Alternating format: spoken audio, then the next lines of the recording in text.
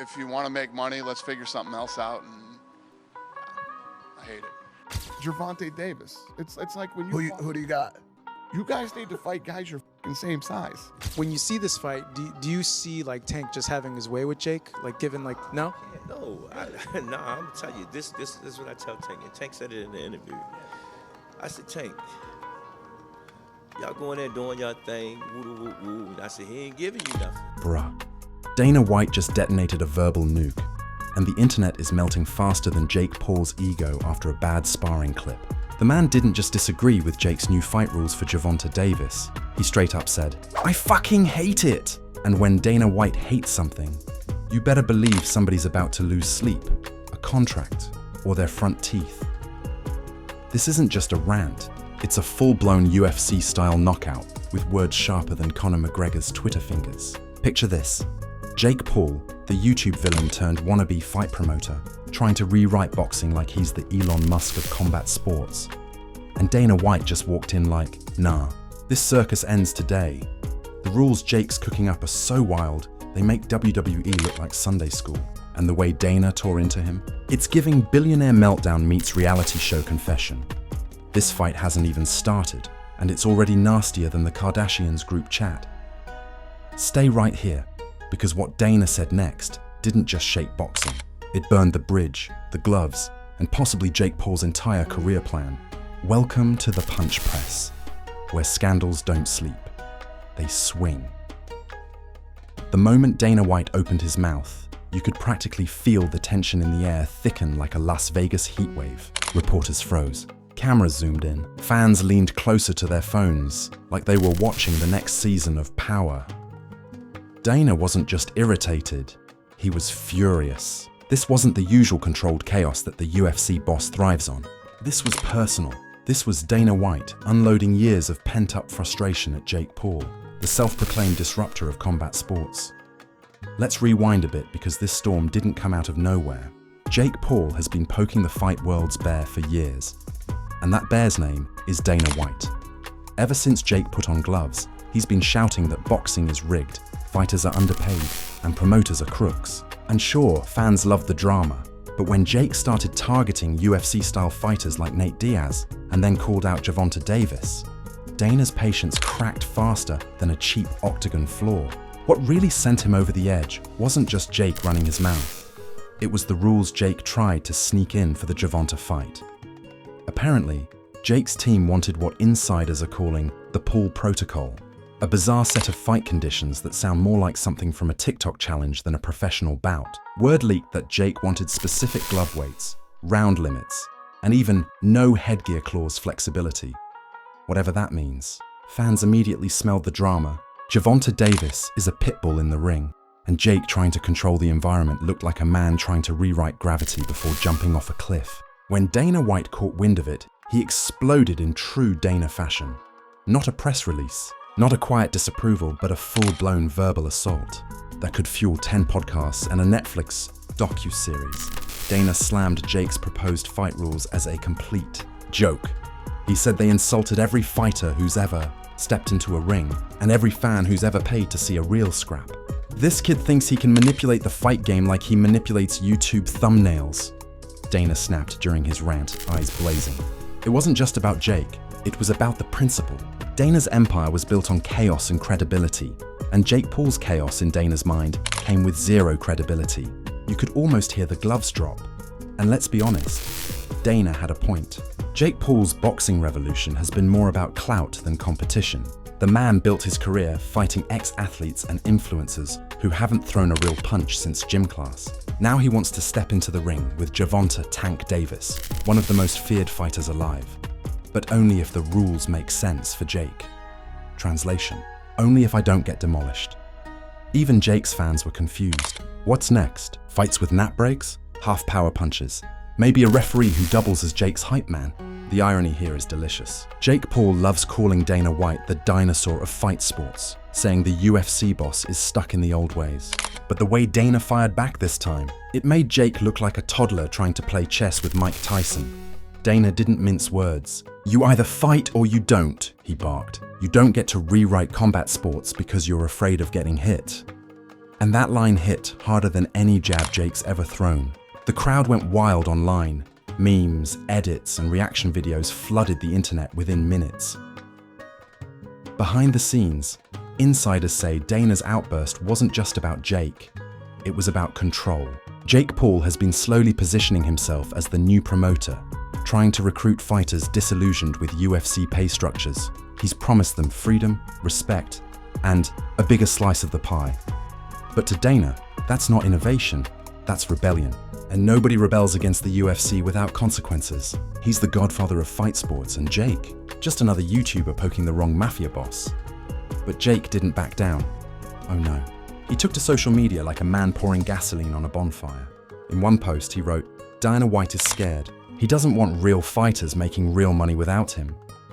In another, he taunted, "If Dana wants to fight so bad, I'll send him a contract." That tweet alone broke the internet. The replies were a war zone. Half of the fans cheering Jake's audacity, the other half laughing at the sheer insanity of him thinking he could actually step to Dana, a guy who's built like he bench presses contracts. The fight world loves chaos, and this feud delivered it in bulk. Gervonta Davis's camp reportedly didn't even know about half the rules Jake's team tried to propose. One insider said, "Tank's people were like, 'What the hell is this?'" The tension grew faster than a pay-per-view countdown clock. By the time Dana's rant dropped, every major sports outlet was dissecting his words like a court testimony. Even ESPN ran with the headline, "Dana White tortures Jake Paul's fight demands." It's almost poetic.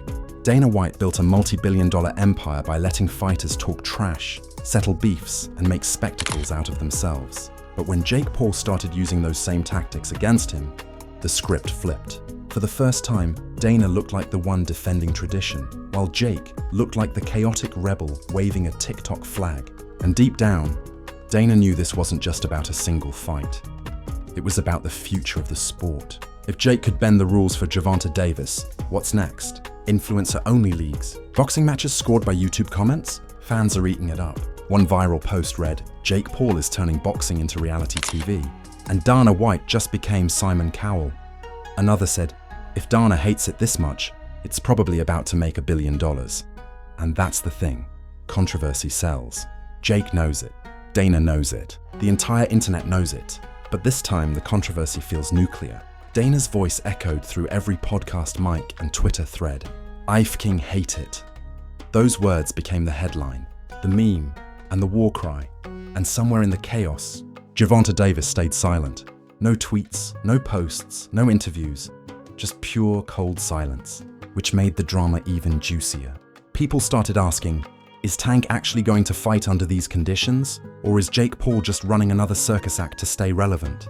The tension keeps rising like a pay-per-view promo nobody asked for, but everyone secretly wants to see. Dana White versus Jake Paul isn't just a feud anymore. It's an entire entertainment genre.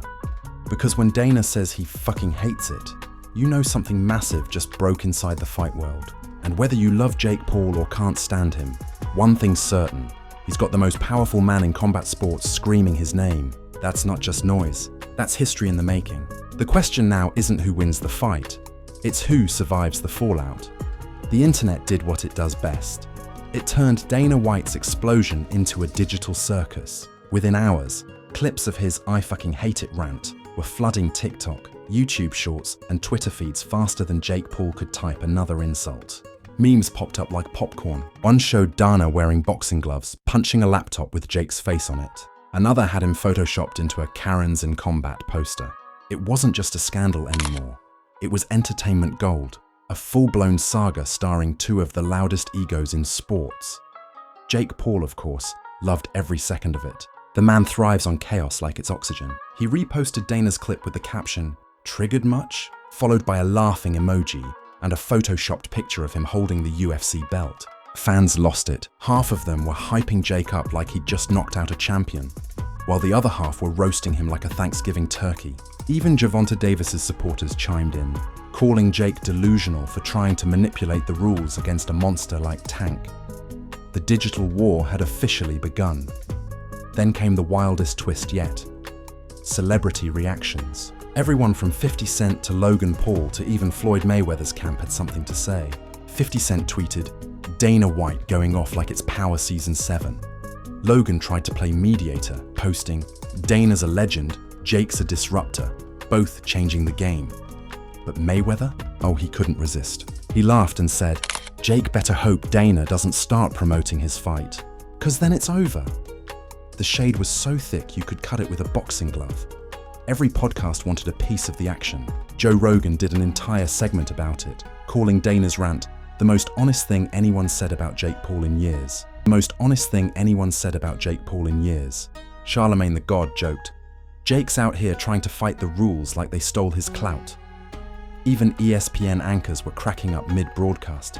The entire sports world was high on the drama. And in the middle of it all, Gervonta Davis remained silent, training in the shadows, letting everyone else drown in the noise.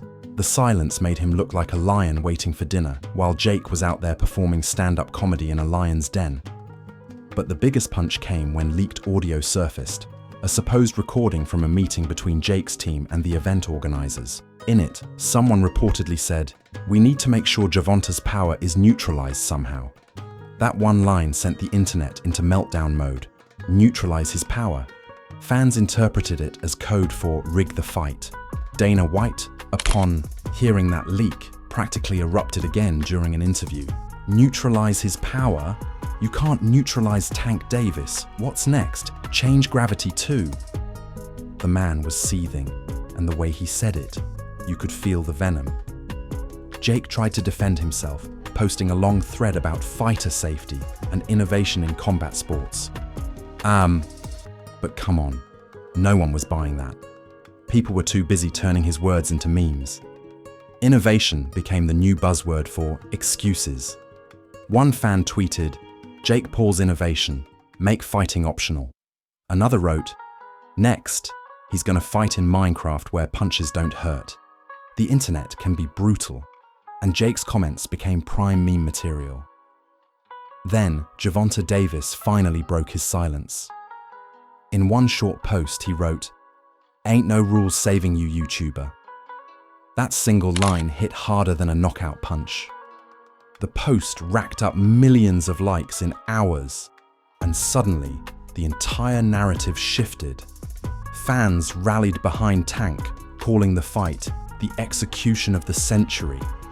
Even casual viewers who didn't know boxing were tuning in just to see Jake get humbled. Dana White shared Tank's post with a simple fire emoji, and that was all it took. The line had been drawn in blood and Wi-Fi. Meanwhile, analysts started digging deeper into Jake's fight rules. Reportedly, his camp wanted smaller, gloves, no random drug testing, and full control over referee selection. One insider claimed Jake's team even tried to demand a neutral commentator lineup, meaning no one from Showtime or DAZN could call the fight. It was pure control freak behavior disguised as fairness. Dana White didn't hold back, calling it clown business and a mockery of combat sports. He said, "You can't have a sport where one guy builds the rules around his fears. That's not boxing. That's Broadway." Fans started saying Jake Paul had turned into the Kanye West of boxing, unpredictable, loud, and allergic to accountability. Every hour, the story got crazier. One sports host joked, "Jake's rules sound like they were written by a lawyer, a fanboy, and a YouTube algorithm." And the sad truth, they weren't far off. Jake's entire strategy was starting to look like a social media stunt gone too far. Still, Jake's defenders doubled down. His brother Logan went on impulsive and said, "People forget Jake's putting his life on the line every time he steps in that ring." But the comments section roasted him alive. One fan wrote, "Bro, he's fighting retired basketball players, not Godzilla."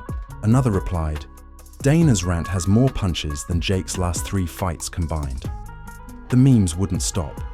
It felt like the entire internet was laughing in unison, something that rarely happens unless it's about Jake Paul. Then came the knockout of all twists, leaked footage from the training camp. The clip showed Jake sparring with a heavyweight and taking a few hits that looked rough. Within minutes, fans connected the dots. Was this why he wanted new rules?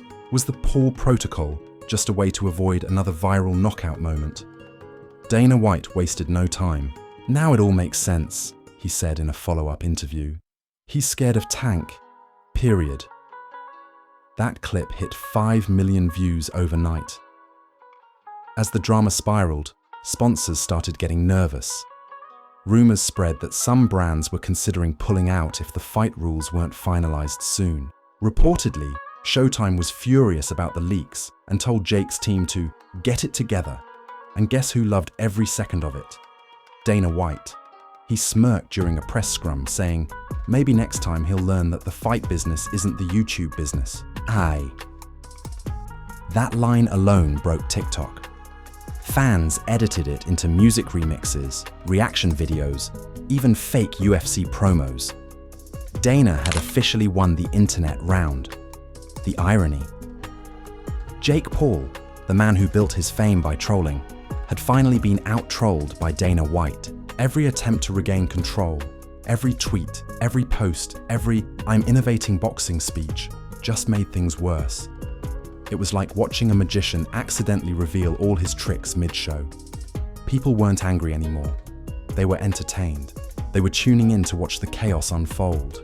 And through it all, Gervonta Davis stayed silent, training like a man with one goal: to remind everyone what real fighting looks like. That contrast made Jake look like the loudmouth class clown, while Tank looked like the silent assassin. And if there's one thing fight fans love more than trash talk, it's seeing the trash talker get humbled in real time. The anticipation was turning volcanic. Now, the stage was set.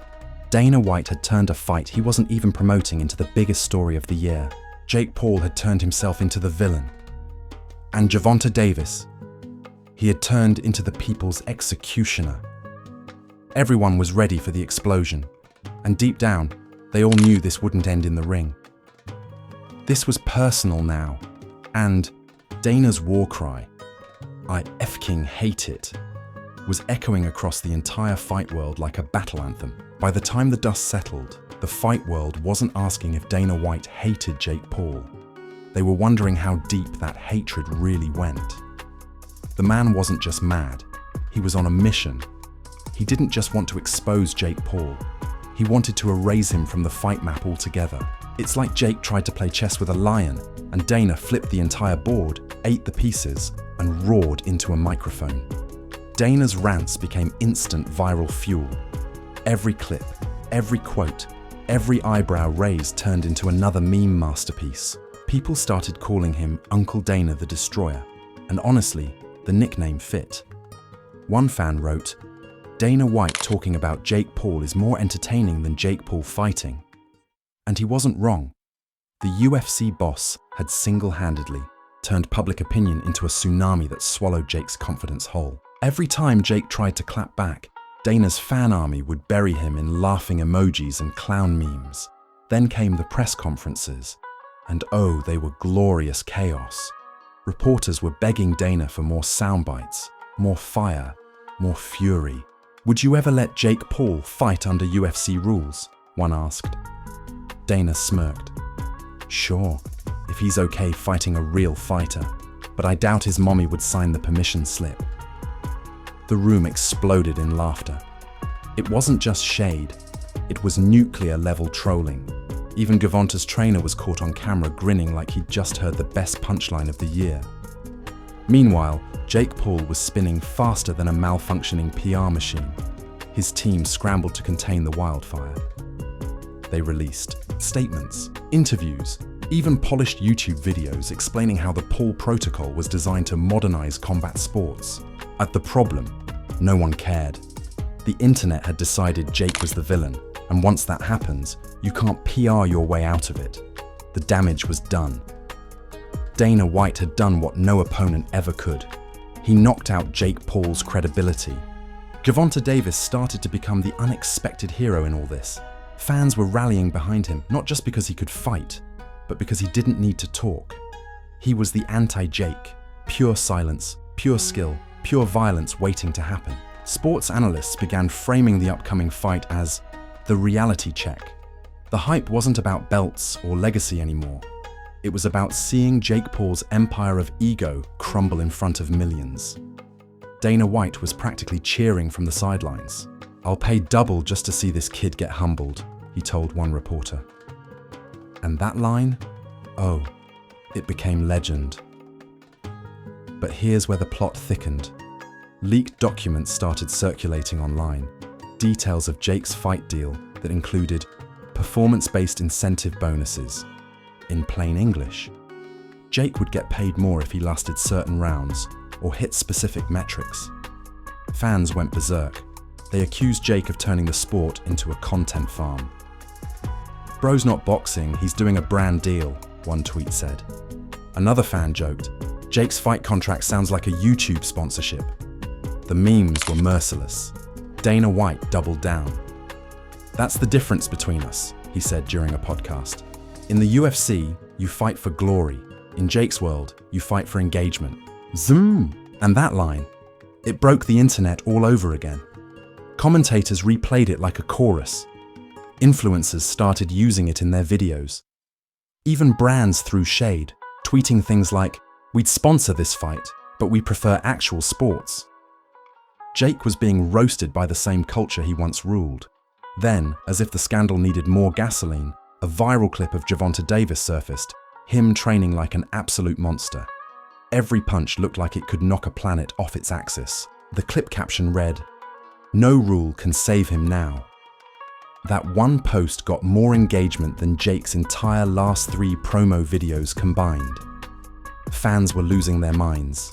The energy was electric, a collective countdown to chaos. Dana White, ever the showman, played right into it. He went live on Instagram, smirking as he watched Tank's clip. Watch Tank's clip. "That's a real fighter," he said. "Jake's probably at home writing new rules right now."